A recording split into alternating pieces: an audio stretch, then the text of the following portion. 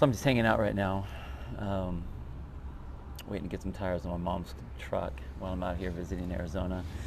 And I got to thinking about why people why do they even get a gym membership, or why do they want to come in and do some hard workout or eat some weird chicken and broccoli all the time, or whatever the case may be. And usually it's because people want to lose weight. Everyone goes to the gym because they want to lose weight. But that's never really the reason.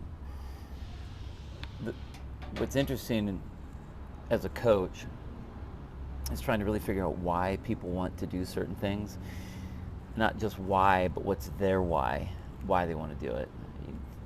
And I whenever you ask people this, I always hear the same type of things. It's like, I want to look better, I want to feel better, or I want to do it for my kids. I want them to see, what it's supposed to look like, whatever. You hear all those things, and not that any of those are wrong, but I think that a lot of those are fairly surface level. When I ask someone why they want to have me coach them, if I'm doing like remote coaching, or if I'm asking, a new person that comes in and they want to, I'm interested in finding out about the gym. It's like, well, why us? Why are you coming to us? Why now are you coming to us? What's making you come to us? And that why is really interesting, because it's not just, I want to lose some weight. That's the classic kind of gym thing when someone says, I want to lose weight. If I could only lose 10 pounds, I'd feel so much better. If I only weighed 135 pounds, then I'd hit this magic number. Or if I was a guy, if I could get to be 185 pounds, then that would be great. It would be what I felt, what I was when I was in high school or college or whatever. But if you go down a little bit lower than that, that's where it gets really interesting. And I think one of the things that makes people want to do that is not because they want to weigh what they weighed when they were in high school, but there's a feeling of a lack of confidence. They don't feel good about themselves. They don't look in the mirror and think, damn, I look good, or damn, I'm hot, or of course people are going to want to date me, or of course people are going to want to look at me, or of course my husband or my wife is going to want to be with me still. All of those things. It's a self-worth, a self-feeling good that really does that. That's that why. That's that deep-seated why. Maybe, there were, like, I know myself, I was little when I was in high school, and so I kind of had that, like, small guy complex. I don't think that I'm a big guy. Like, if I compare myself to a lot of other people, I'm 6 foot, I'm 195 pounds. That's a pretty good size. But I probably think that I'm 5'5", 115, somewhere around there. That's because I was little when I was in high school, and so I always had to compensate for that. I always had to be able to do more and fight harder, or I felt like I had to. There are a lot of people that, like, they were way overweight when they were in high school or in college, and they've lost some weight, but in their mind, they're still that person. They're still the fat kid, the skinny kid, the tall kid, the short kid, the one that hasn't matured enough yet. Those deep-seated whys. And this workout, this nutrition program, is going to make them overcome that. It's going to make them feel better when they look in the mirror, feel better when they put on clothes, feel better when they get around other people, feel better when they're in front of their kids, feel better when they go to their high school reunion or their college reunion, their class reunion.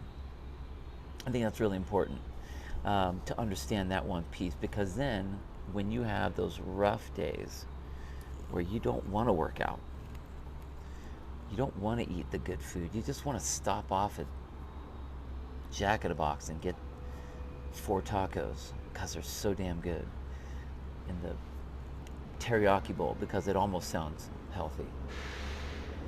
It's on those days where it's you go right back to the why.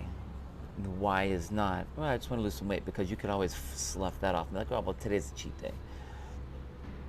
You could always go to, oh, it's for my kids.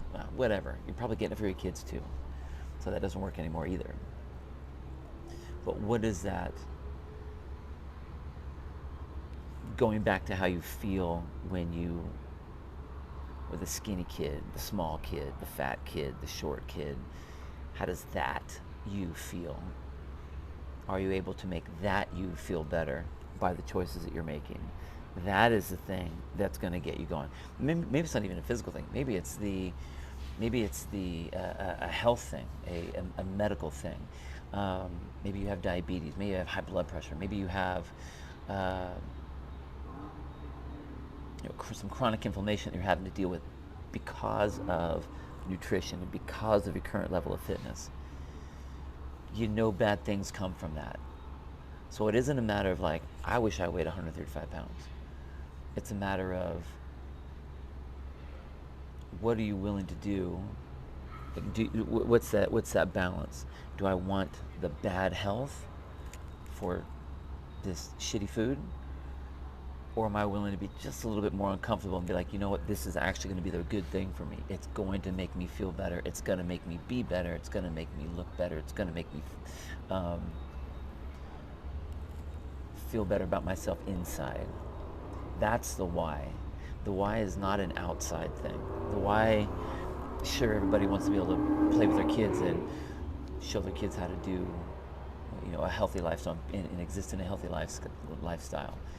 The fact of the matter is that you are sitting with yourself 24 hours a day, all day, every day. You were there when you were born. You were there through all your hard times and your good times. And you will be the one that's there on the last day of your life. And you are the one that has to make you feel better. And the only way that you are going to make you feel better is by understanding that why and staring yourself square in the face in that mirror and making yourself feel better by choosing to do these things. We're always going to slip up. Everybody does. Everybody has a moment of weakness. Everybody takes their cheat day. Everybody falls on their face and has to step back up again. That's being human. But the more times you're able to stick to your plan with your why of being that guiding light, that will be the thing that keeps you going. Not the great programming, not even the good coach. You can have a great coach, but who cares? I mean, not who cares. It's important to have a good coach because they're going to foster that, but it's all about that why. Got to know what that why is. So what's your why?